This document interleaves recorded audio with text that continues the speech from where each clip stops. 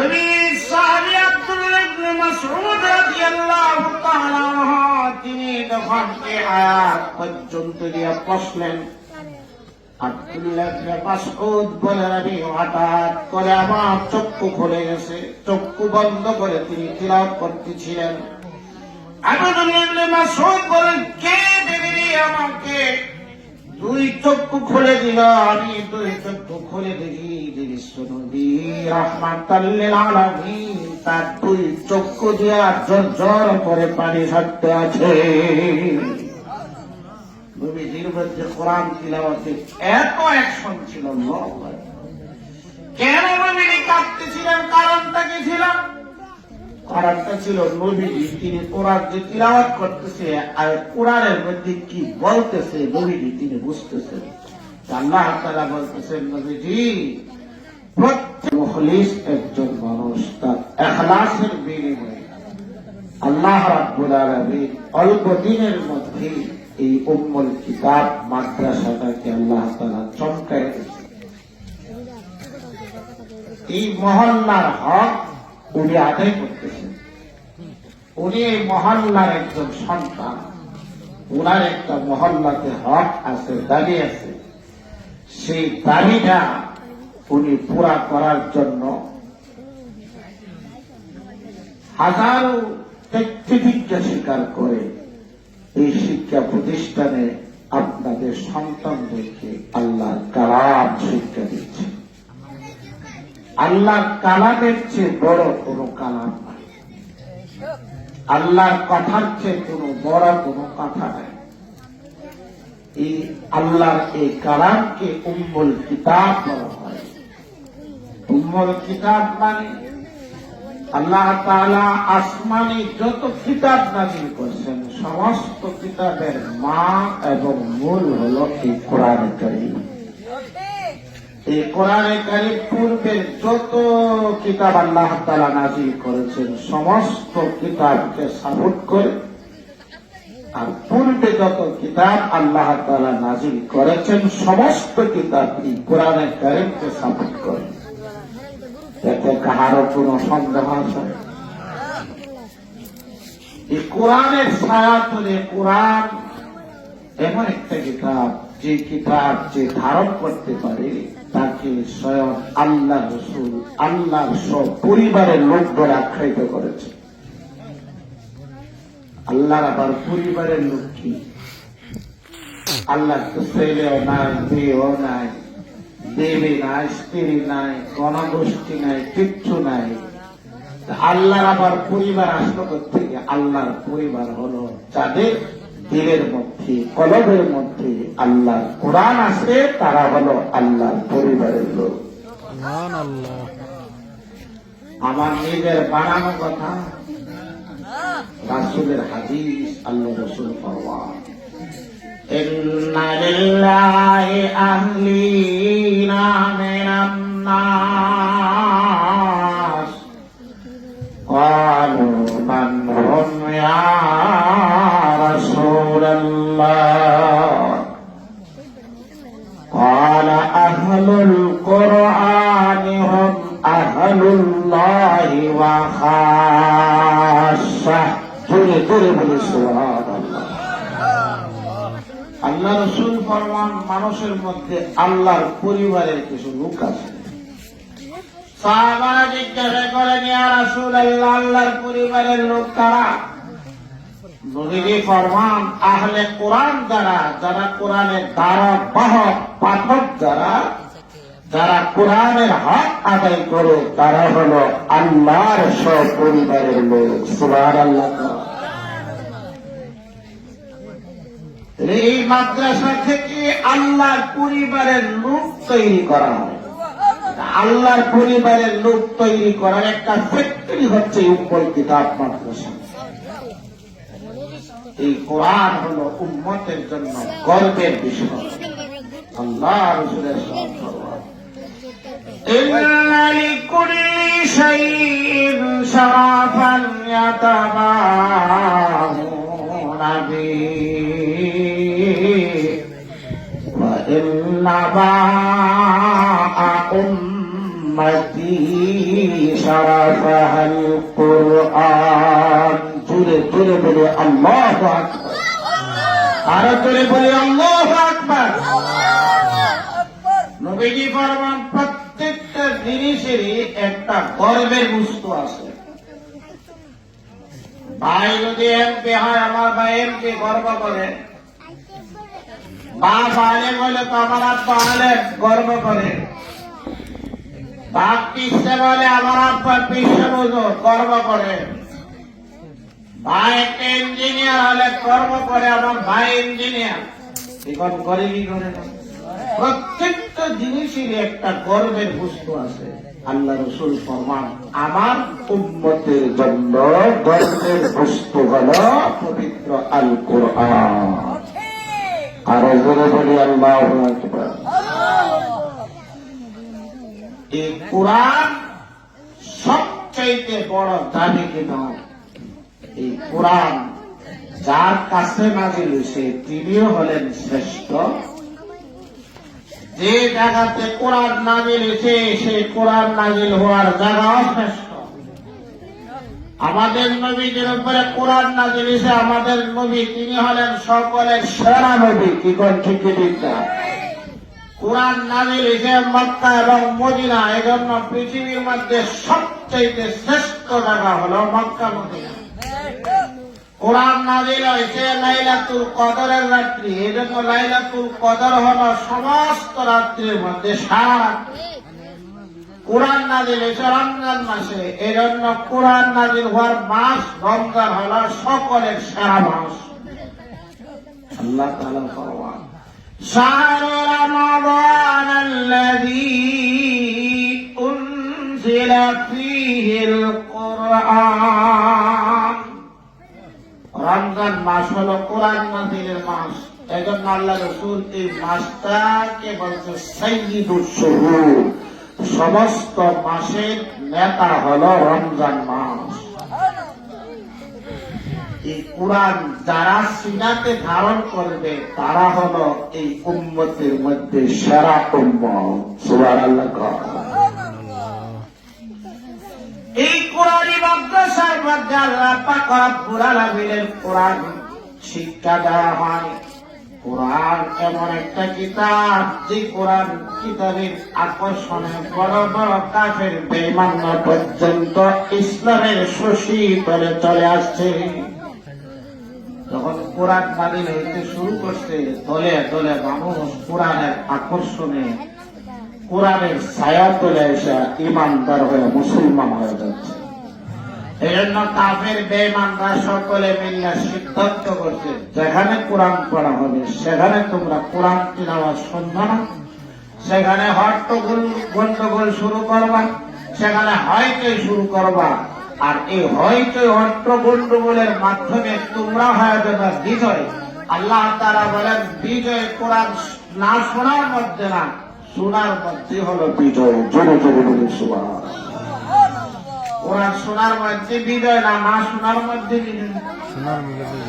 নবীজি সাহাবায়ে কেরাম তারা আল্লাহ পাক রব্বুল আলামিনের কোরআন শ্রবণ করেছে, কোরআন শুনেছে। এজন্য নবীজি সাহাবারা তারা হলেন সারা বিশ্বের মানুষের মধ্যে বিজয়ী মানুষ।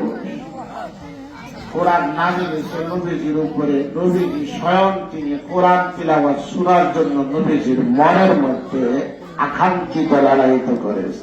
সুবহানাল্লাহ।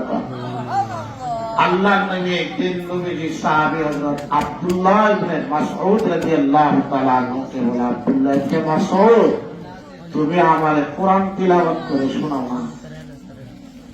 আল্লাহর নবী সাহাবী আব্দুল্লাহ ইবনে মাসউদ বলেন, ইয়া রাসূলুল্লাহ কোরআন নাযিল হয়েছে আপনার উপরে, আমি আপনাকে কোরআন তিলাওয়াত করে কি শোনাবো?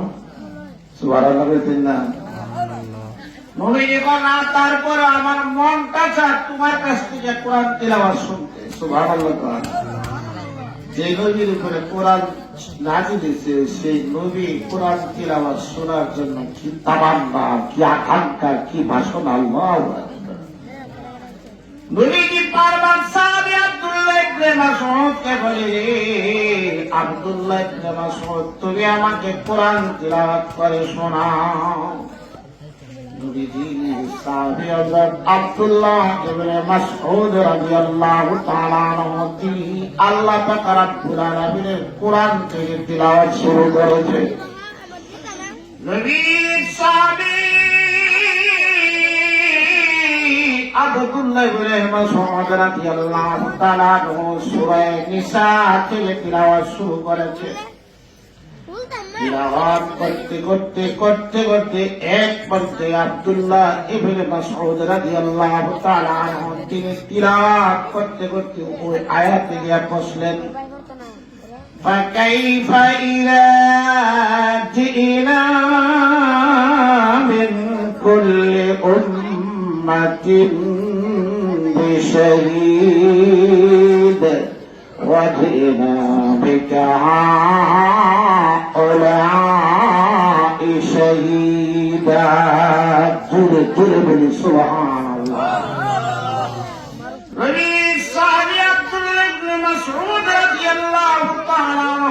তিনি যখন এই আয়াত পর্যন্ত গিয়ে বসলেন, আব্দুল্লাহ ইবনে মাসউদ বলেন আমি হঠাৎ করে আমার চক্ষু খুলে গেছে, চক্ষু বন্ধ করে তিনি তিলাওয়াত করতেছিলেন। আব্দুল্লাহ ইবনে মাসউদ বলেন কে দেখি আমাকে দুই চক্ষু খুলে দিল। আমি দুই চক্ষু খুলে দেখি নবী রাহমাতাল লিল আলামিন তার দুই চক্ষু দিয়া ঝরঝর করে পানি ঝরতে আছে।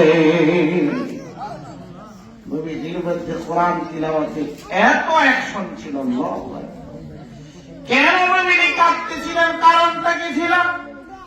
কারণটা ছিল নবীজি তিনি কোরআন যে তিলাওয়াত করতেছে আর কোরআনের মধ্যে কি বলতেছে নবীজি তিনি বুঝতেছেন। আল্লাহ তাআলা বলতেছেন নবীজি প্রত্যেক উম্মত থেকে আমি একজন সাক্ষী হাসরের ময়দানে হাজির করব, আর আমি নবী আপনি নবীজিকে আমি হাসরের ময়দানে উম্মতের পক্ষে সাক্ষী হিসাবে উপস্থিত করব। জোরে জোরে বলি সুবহানাল্লাহ।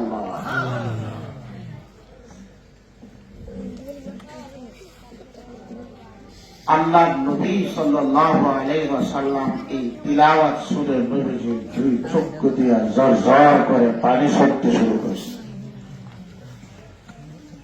শুধু তা না, নবী নিজেও কোরআন তিলাওয়াত করতে সাহাবাদের সামনে একদিন আল্লাহ নবী সূরা আর রহমান তিলাওয়াত করতেছে।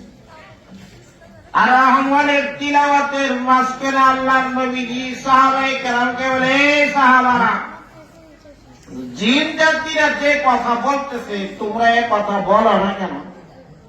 সাহাবায়ে কেরাম বলেন, ইয়া রাসূলুল্লাহ জিন জাতিরা কি বলতেছে তা তো আমরা জানি না। আল্লাহ নবী ফরমান, জিন জাতিরা আমি যখন সূরা আর রহমান তিলাওয়াত করতেছিলাম, যখন আমি তিলাওয়াত করতে ওই আয়াতে গিয়ে বসলাম, فَبِأَيِّ آلَاءِ رَبِّكُمَا تُكَذِّبَانِ। আমি যখন এই আয়াতে গিয়ে পড়ছি তখন জিনরা বলতেছে, লা বিওয়াহিদাতিন মিনহা ইয়া রাব্বানা। জোরে জোরে বলি আল্লাহু আকবার।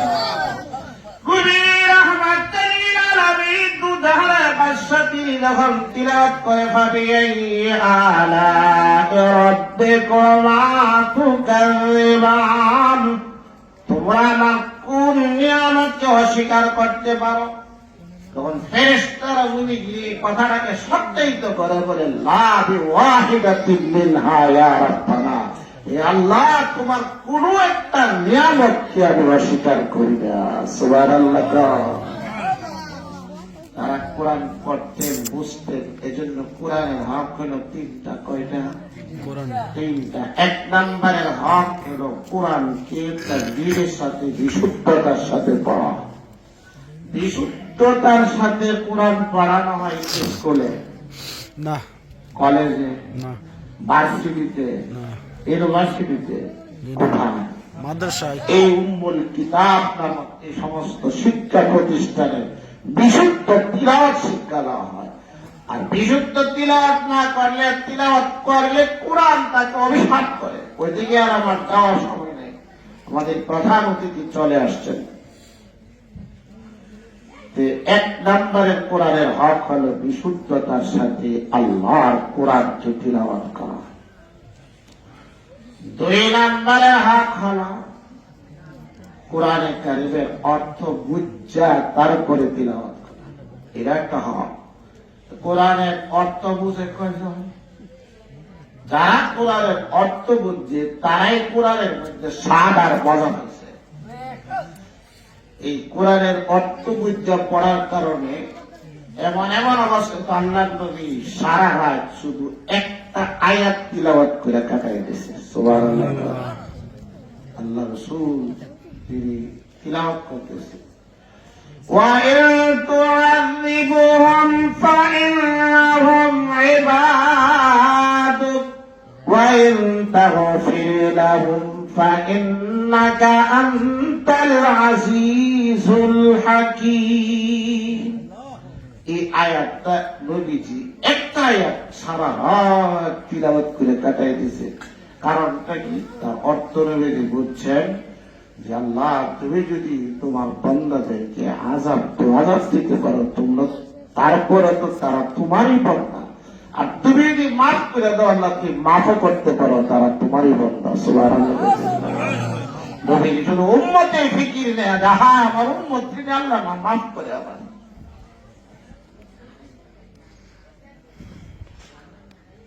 হযরত হাসান বসরি রাহমাতুল্লাহ আলাইহি একটা আয়াত তিলাওয়াত করে সারা রাত কাটাইয়া দিয়েছে।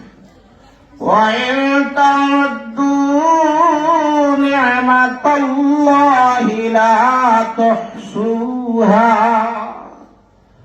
হযরত হাসান বসরি এই আয়াতটা বারবার তিলাওয়াত করছে আর সারা রাত তাহাজ্জুদ পর্যন্ত একই আয়াত তিলাওয়াত করে সারা রাত কাটাইয়া দিয়েছে। কেন? তারা কোরআনের মজা বুঝছে, অর্থ বুঝছে, মজাও বুঝছে, মজা স্বাদ পাইছে। এই জন্য তারা সারা রাত এক আয়াত দিয়ে কাটাইয়া দিয়েছে। আল্লাহ তাআলা বলেন, তোমরা যদি আমার নিয়ামত গুলোকে গুনতে থাকো তাহলে আমার নিয়ামত গণনা করে শেষ করতে পারবো না। আল্লাহ নিয়ামত গুণনা আমরা শেষ করতে পারবো। আমাদের মাযহাবের ইমাম আবু হানিফা রাহমাতুল্লাহি আলাইহি শুধুমাত্র একটা আয়াত তিলাওয়াত করে পুরা রাত্রটা কাটাইয়া দিচ্ছে। আয়াতটা হচ্ছে ওয়ামতাজুল ইয়াওমা আইয়ুহাল মুজরিমুন।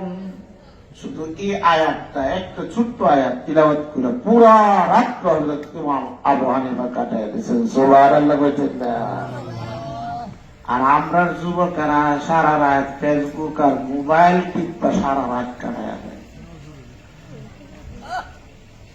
এই আয়াত পড়া ইমাম আবু হানিফা কেন সারা রাত কাটাইছে? তার কারণটা কি ছিল?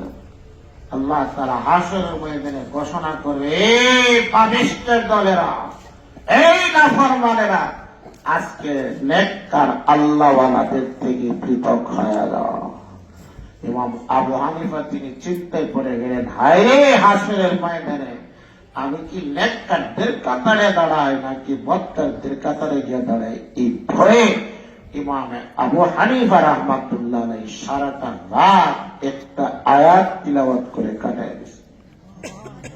হযরত সাঈদ ইবনে জুবাইর রাদিয়াল্লাহু রাহমাতুল্লাহি আলাইহি তাবী, তিনিও একটা আয়াত পড়ে সারা রাত কাটায় দিয়েছে। ওয়াত্তাকু ইয়াওমান লা তুরজাউনা ফীহি ইলাল্লাহ। এই আয়াতটা পড়ে গোটা রাত কাটায় দিয়েছে হযরত সাঈদ ইবনে জুবাইর রাদিয়াল্লাহু রাহমাতুল্লাহি আলাইহি। এজন্য ভাই, কোরআনের স্বাদ পাইতে হলে, মজা পাইতে হলে কোরআন অর্থ সহ পড়তে হবে। কি বলছি কি ঠিক না? 3 নাম্বার কোরআনের হক হলো কোরআন আল্লাহ তাআলা যা হালাল করছে এগুলো মানা, আর যা আল্লাহ তাআলা হারাম করছে এগুলোকে ছাড়া, হালাল অর্জন করা আর হারাম গুলোকে বর্জন করা, এগুলো কোরআনের হক। এই মাদ্রাসাগুলোর মধ্যে যে সমস্ত তালিবে ইলমরা পুরা আলেম হন, তারা এই কোরআনের 3টা হক পুরাপুরি আদায় করতে পারে। কি ঠিক না? আমাদের ফখরে বাঙ্গাল রহমাতুল্লাহ একটা ঘটনা বলে আমি শেষ করতেছি। আলেম উলামারা সমাজের মধ্যে কি পরিমাণ দরকার আর প্রয়োজন তার হযরত ফখরে বাঙ্গাল রহমাতুল্লাহ আলাইহি তিনি সফরে যাবেন, দৌড়ে গিয়ে গাড়ি ছেড়ে দিচ্ছে, দৌড়ে গিয়া স্টেশনের মধ্যে গিয়ে রেলগাড়িতে গিয়ে বসছে। ওঠার পরে গিয়া দেখে সিটটা এমন কিছু লোক বসে আছে যারা আলেম বিদ্বেষী, তারা হলো পাকিস্তানের কিছু মিলিটারি। এই পাকিস্তানি মিলিটারিদের কাছে হযরত ফখরে বাঙ্গাল রহমাতুল্লাহ আলাইহি একসাথে বসছেন। পাকিস্তানি মিলিটারিরা তারা আলেম ওলামাদের এত বদনাম করতেছে মোল্লার কারণে আমরা সব গেল, এরার লেগে না কিচ্ছু করতে পারি, হেরাই আমাদের সব উন্নতির পথে বাধা। নাউজুবিল্লাহ বলতেন। এমন যত আজে বাজে কথা আছে এগুলো বৈশা বৈশা বলতেছে। হযরত ফখরে বাঙ্গাল রহমাতুল্লাহ আলাইহি কেমন বড় আল্লাহ বান্দা ছিলেন, আল্লাহু আকবার। ওই ইতিহাস জানতে গেলে হুজুরের কষ্ট হবে। শুধু এই কথাটা বলে শেষ করতেছি। ফখরে বাঙ্গাল রহমাতুল্লাহ আলাইহি তার কথাগুলো মনোযোগ সহকারে শুনতেছে। লাস্টে হযরত ফখরে বাঙ্গাল রহমাতুল্লাহ আলাইহি এই পাকিস্তানি মিলিটারিদেরকে লক্ষ্য করে বলছে, শোনেন, এই যুগের আলেম উলামায়ে কেরাম তারা কেমন দামি জানেন? তারা হলো এইটা, তারা কি আমরা সমাজের মধ্যে দেখেন যদি কেউ এটা দেখাইতে পারে, বাপরে বাপ, দৌড়ে না গাঙ্গ ভালো তো না। বাঙ্গাল রহমাতুল্লাহ আলাইহি এমন রাগ করতেছে হেরা পাকিস্তানি মিলিটারি, কিরে মুরব্বিটা কি দেখো, আমরা সামনে বিদ্যান বুঝে না, এরা তো ফুলতেছে, হুজুরও ফুলাইতেছে, এরকম ফুলাইতে ফুলাইতে লাস্টে গিয়ে এই তখন দুধ ডাঙ্গল হারা করে বলতেছে আলেম ওলামা হইলে এই এই আর হেরা তো চাইতেছে এই কোয়ার আছে, যখন মুরব্বি কেন দেখছে একটা আমাদের দুইটা দেখা এই একটা বিড়ালা মনে গীতা আর একটা মায়েরা মনে গীতা, না লাভ মুরব্বির কাছ থেকে শুনোস না, এটা কি লিগে দেখাইতেছে। হযরত ফখরে বাঙ্গাল রহমাতুল্লাহ আলাইহি আল্লাহর ওলি, তিনি বলেন যে শোনো, এটা কি ব্যাখ্যাটা শোনো। এই হাতের আঙ্গুল কয়টা? আরো জোরে কোন কয়টা? এটা না থাকলেও খাইতে পারবে, এটা যদি না থাকে এও খাওয়া যাবে, 3 আঙ্গুল পারতেন না। এটা না থাকলে 2 আঙ্গুল খাইতে পারবে, এটা না থাকলে চামচ, কারা চামচ এরকম। তিনি পাকিস্তানি মিলিটারিদেরকে লক্ষ্য করে বলে, সমাজের মধ্যে আলেম উলামায়ে কেরাম হলো আঙ্গুল, এই আঙ্গুলটার মতো দামি। সুবহানাল্লাহ। ওই আঙ্গুল যদি না থাকতো তাহলে সমাজটা একবারে নোংরা হয়ে যেত, সমাজটা দূষিত হয়ে যেত। ওয়াজ মাহফিল কি আলেম উলামায়ে কেরাম না থাকলে এই সমাজের কি অবস্থা? এমনি দেখেন না কি একটা অবস্থা সমাজটা। মামু বাদ মিলিয়া ভাবে, বড় ভাই ভাতি চিলিয়া দেখে যেতেছে, ভাইয়ের বড় ভাইয়ের বউলে শুরু ভাই বেঁকে যেতেছে। এরকম ঘটনা ঘটতেছে কি করতেছে না? এই তো কোরআন তাফসীর আলেম উলামা থাকা সত্ত্বেও সমাজের মধ্যে এত নোংরা কাজ চলতেছে। যদি না থাকতো ওই জাহিলিয়ত পর্যন্ত হার মানাইতেছে। এজন্য এই সমস্ত দ্বীনি মাদ্রাসাগুলো থাকার দরকার আছে কি আছে না? এখন কোরআনের হক চিন্তা করছি, আর মুফতি কাউসার সাহেবের এই মহল্লাবাসীর একটা হক গুলো উনি মহল্লাবাসীদেরকে পড়ান। আপনাদের কোনো হক নাই।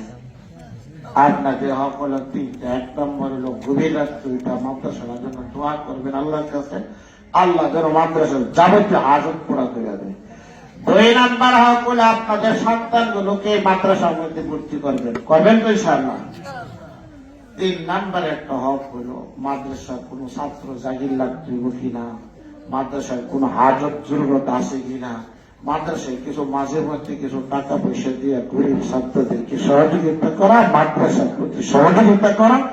আল্লাহ তাআলা আপনাদের সহযোগিতা করবেন ইনশাআল্লাহ। আল্লাহ তাআলা আমাদের সবাইকে এই 3টা হক আদায় করার তৌফিক দান করুন। সবাই বলে আমিন। ওয়া আখিরু দাওয়ানা আলহামদুলিল্লাহি রাব্বিল আলামিন।